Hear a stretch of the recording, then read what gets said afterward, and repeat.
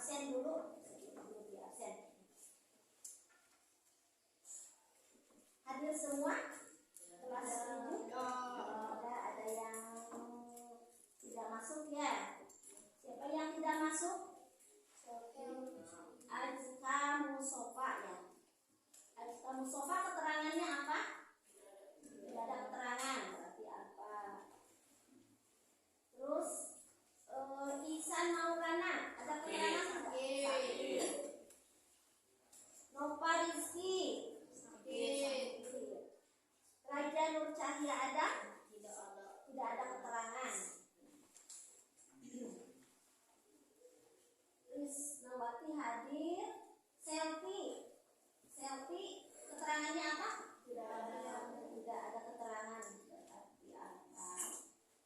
Untuk kali ini yang tidak sekolah, baik yang apa atau yang sakit ada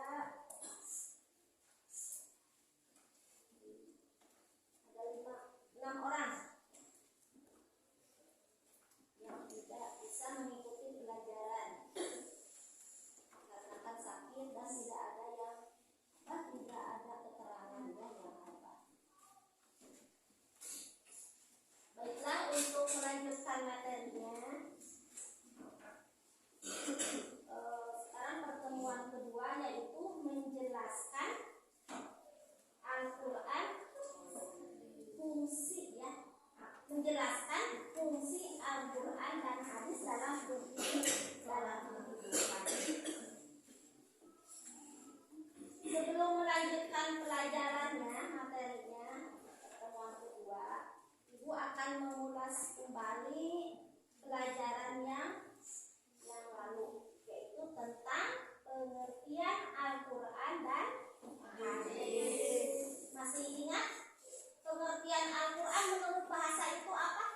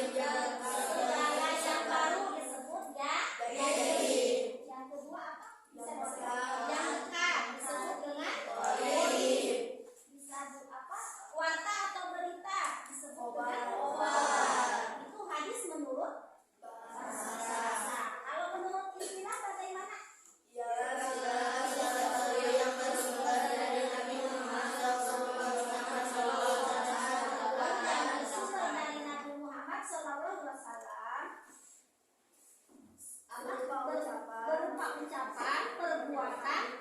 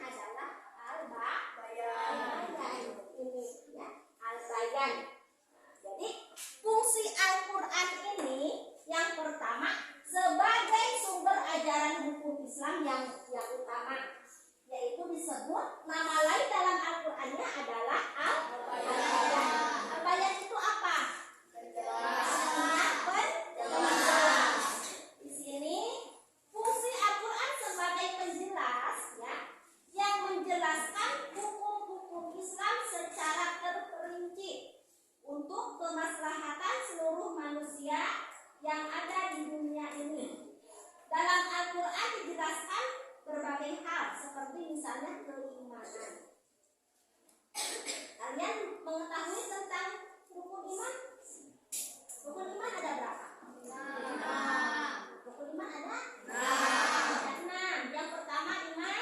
Yang kedua iman kepada.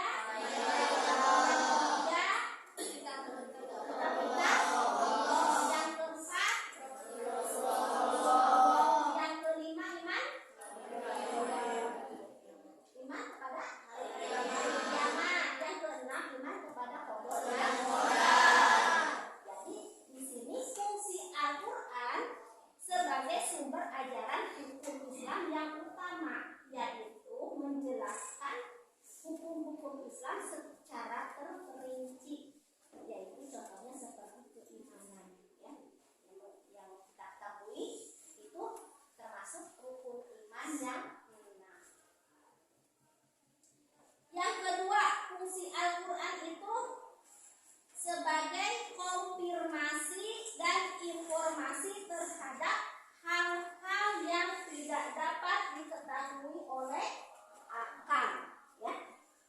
Fungsi Al-Quran yang kedua ini bagaimana katanya? Sebagai konfirmasi dan informasi terhadap hal-hal yang tidak dapat diketahui oleh akal. Dengan nama lain di sini disebut al-busdo. Al-busdo. Al-busdo itu apa? Kabar gembira. Itu seperti misalnya fungsi Al-Quran untuk berbagai konfirmasi dan informasi terhadap hal-hal yang tidak dapat diketahui oleh akal. Dengan nama lain yaitu al-busdo, artinya kabar gembira. Ya, itu fungsi Al-Quran yang kedua.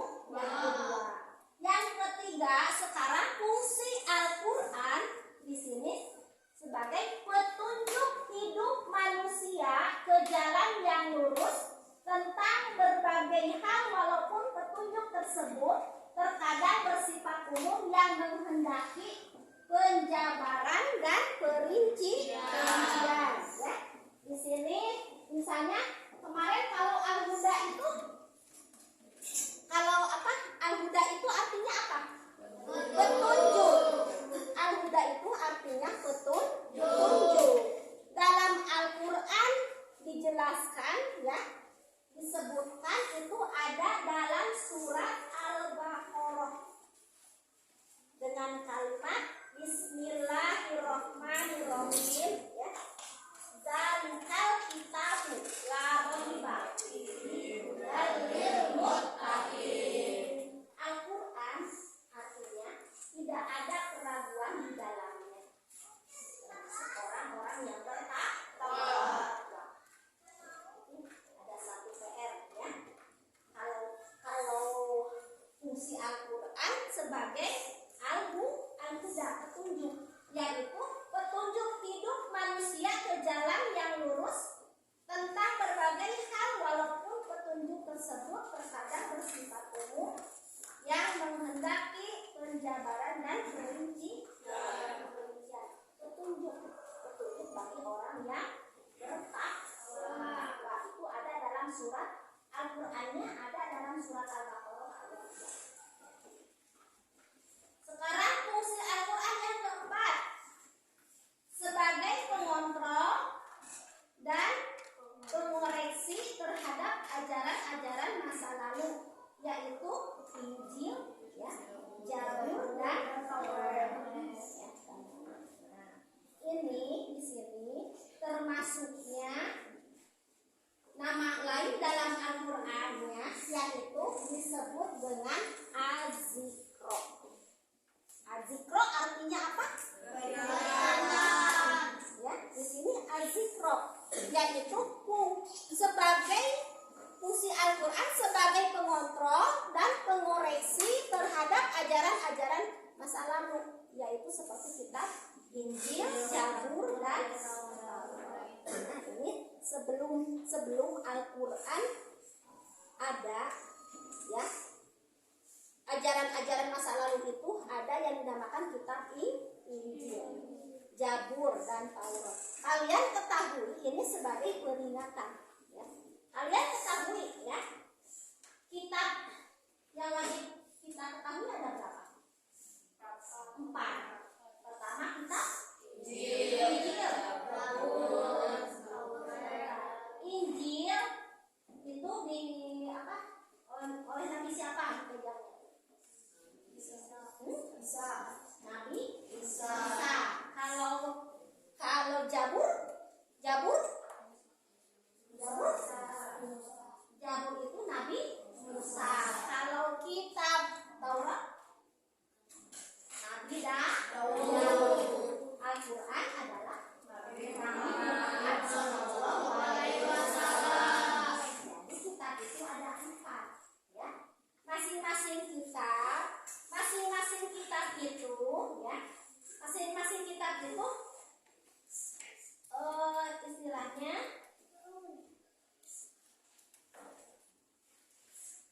masing-masing kitab itu ada yang memegangnya ya, seperti kitab Al-Quran adalah diturunkannya kepada Nabi Muhammad Sallallahu Alaihi Wasallam. Jadi yang kalian ketahui itu kitab itu ada 4 ya. Itu yang pertama kitab apa dulu ajaran masa lalu itu kitab Injil, yang kedua kitab Zabur, dan yang ketiganya kitab Taurat, dan yang keempat adalah Al-Quran. Itu mengandung seperti Al-Quran pegangan bagi umat Islam.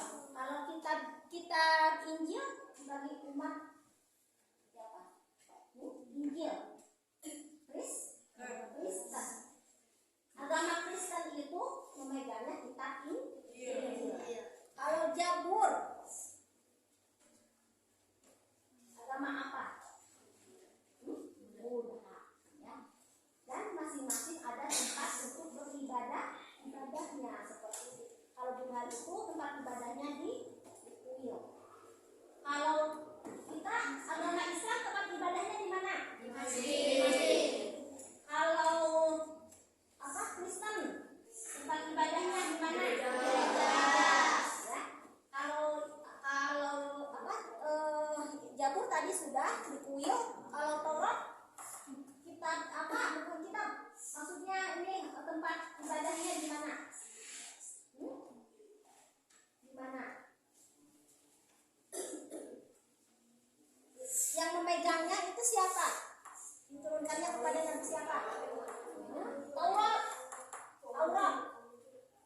Taurat tadi Nabi Daud. Ya, jadi ada masing-masing agama mempunyai kitab masing-masing. Ya. Dan tempat ibadahnya juga mempunyai tempat masing-masing. Makanya kita harus bisa menerapkan toleransi. Ya. Apa yang dinamakan toleransi itu? Yang dinamakan toleransi itu apa? Enggak ada yang tahu yang dinamakan toleransi? Kita harus saling menghargai dan menghormati sesama umat. Ya, itu yang dinamakan toleransi. Ya. Nah, ini Ibu sambil menerapkan kepada pelajaran P5, yaitu tentang toleransi. Yaitu saling menghargai, saling menghormati antar umat beragama. Bagaimana contohnya? Misalnya kita saling menghormati itu, misalnya kita sebagai umat Islam melaksanakan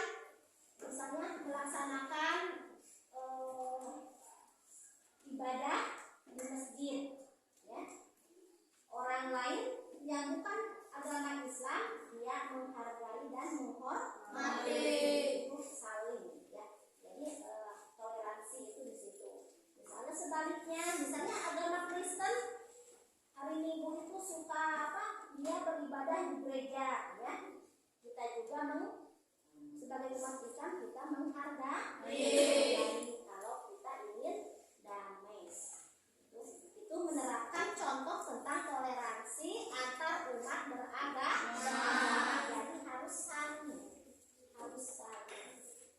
harus saling ya, harus saling menghargai ya, harus saling menghargai dan menghormati.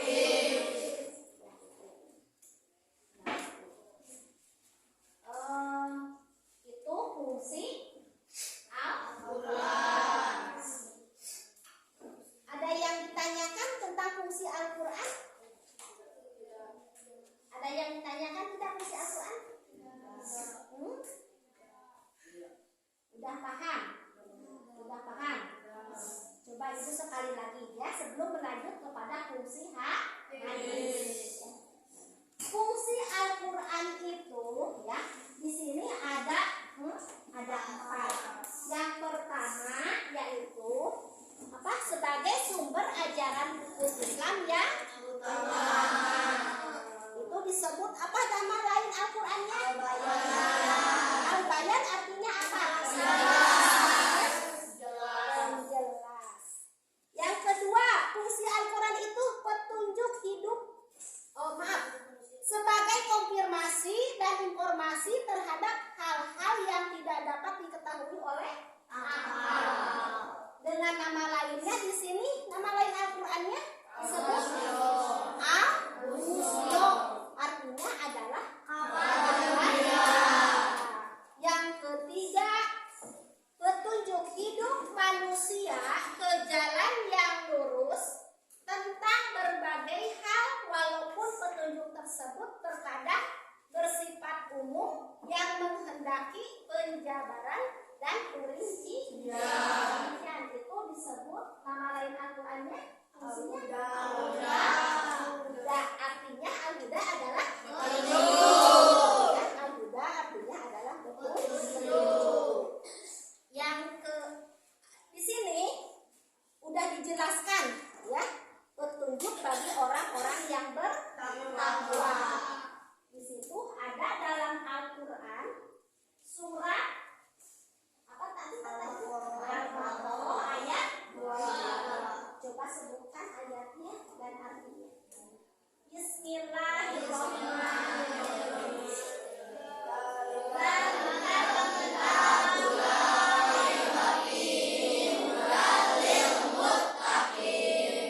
Coba ininya tajwidnya dibaca panjang pondoknya yang tepat ya. Zalikal kitabu la raiba fihi hudal lil muttaqin. Silakan baca.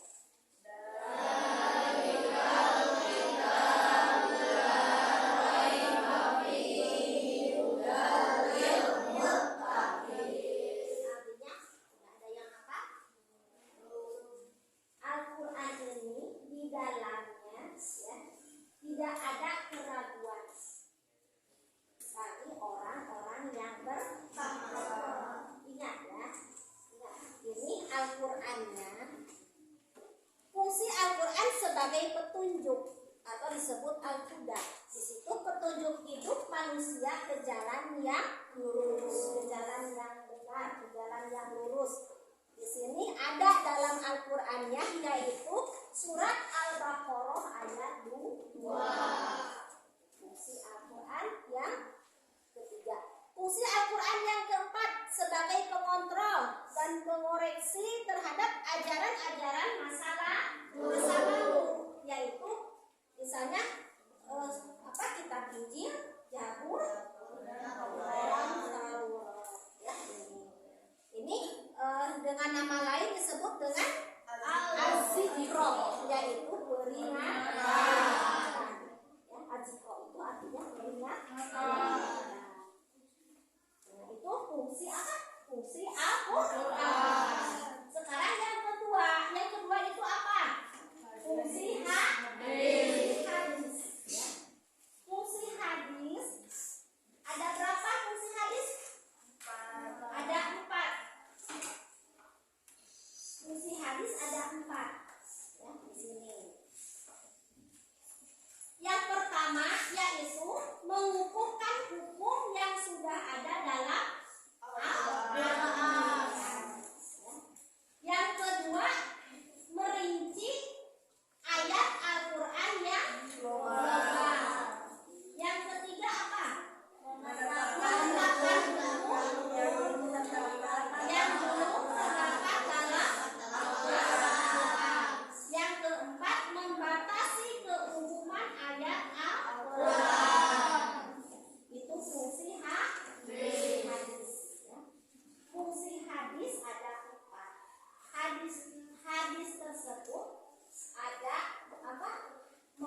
mempunyai 3 bentuk ya. Ada yang dinamakan fungsi hadis itu bentuk hadis ya. Bentuk hadis ada 3 di sini. 3 bentuk hadis. Yang pertama disebut dengan hadis qauli ya.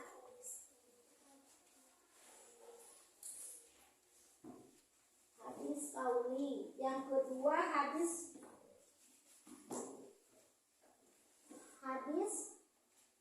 fi'li. Yang ketiga hadis takriri.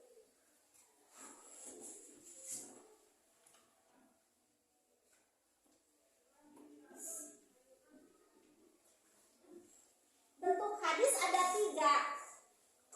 Yang pertama itu hadis qauli. Hadis qauli ini yaitu tentang perkataan.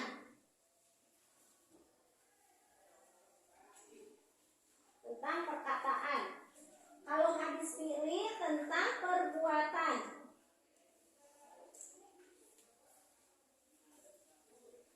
Hadis takriri tentang di sini ketetapan.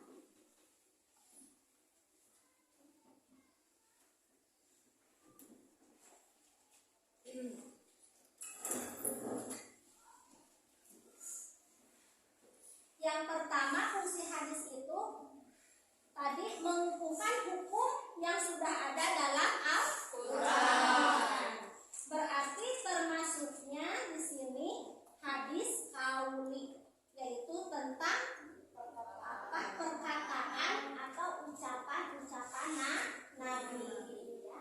Contohnya di sini misalnya tentang akidah, akhlak, ibadah, ya, muamalah dan lain-lain. Ini contoh hadis qauli. Yang kedua di sini fungsi hadis itu merinci ayat Al-Qur'an yang global atau mujmal. Ini termasuknya kepada hadis fi'li ya.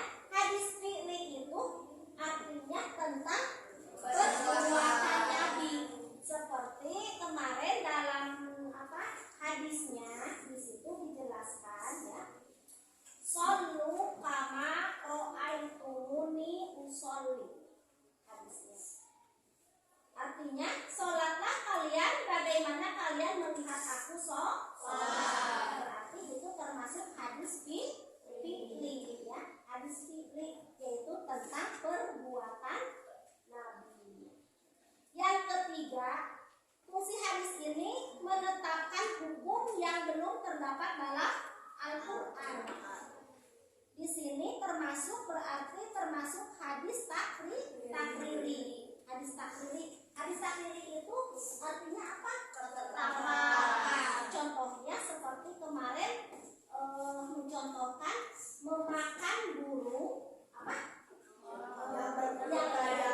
Memakan burung yang berkuku atau memakan istilahnya barang yang haram terkecuali hanya untuk obat, dihalalkan maksudnya terkecuali hanya untuk obat. Jadi istilahnya ketetapan dari Nabi Muhammad SAW. Itu fungsi hadis. Satu lagi di sini fungsi hadis ini membatasi keumuman ayat Al-Qur'an. Termasuk hadis qauli. Masih perkataan Nabi. Fungsi hadis itu ada 4, tapi bentuk hadis ada 3. Sekali lagi, fungsi hadis itu terhadap Al-Quran ada 4. Yang pertama mengukuhkan hukum yang sudah ada dalam Al-Quran. Kalau menurut ke dalam hadisnya termasuk hadis qauli, ini tentang perkataan Nabi. Ini ya tentang perkataan Nabi. Kalau yang kedua di situ fungsi hadis itu merinci ayat Al-Qur'an yang global atau mujmal ya. Nah, ini termasuk hadis fi'li.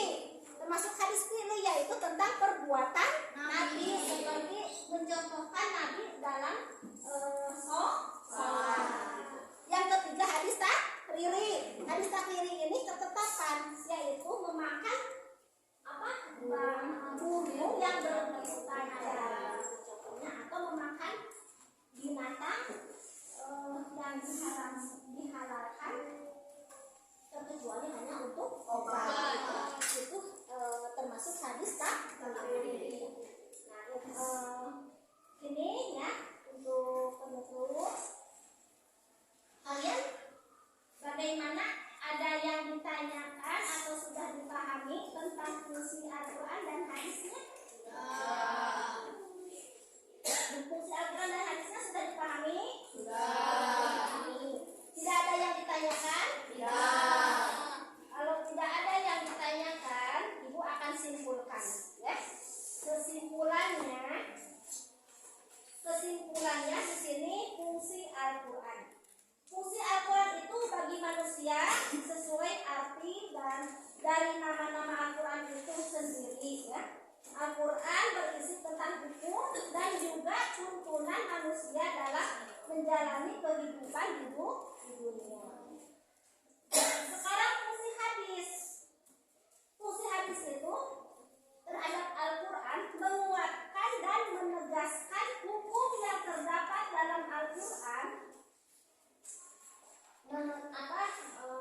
menguraikan atau menjelaskan dan merinci ayat yang masih global. Al-Quran adalah sumber hukum pertama, kalau hadis adalah yang kedua. Bisa disimpulkan, ya. Nah, ini Ibu ada tugas untuk kalian sebelum materi ini selesai, ya. Ibu akan kalian dibikin 5 kelompok, ya. Tugasnya nanti di situ, ya, cari satu fungsi Al-Quran tugasnya, ya, dan satu fungsi hadis. Fungsi Al-Quran tugas kalian nanti, ya. Fungsi Al-Quran ini sebagai petunjuk. Fungsi Al-Quran sebagai petunjuk disebut dengan Al-Quran. Tadi Ibu udah katakan dalam surat apa? Dalam surat Al-Baqarah ayat 2. Nah, itu tugas 1, ya. Tugas 1 mencari Al-Quran surat Al-Baqarah ayat 2. Tulis surat Al-Baqarah ayat 2 dengan artinya. Itu tugas yang pertama. Yang kedua, Ibu menugaskan, ya, hadis, fungsi hadis. Fungsi hadis terhadap bentuk hadis fi'li. Ya. Itu di situ merinci ayat Al-Quran yang global atau mujmal. Ini termasuk bentuk hadis yang kedua, yaitu hadis fi'li. Hadis fi'li itu apa? Perbuatan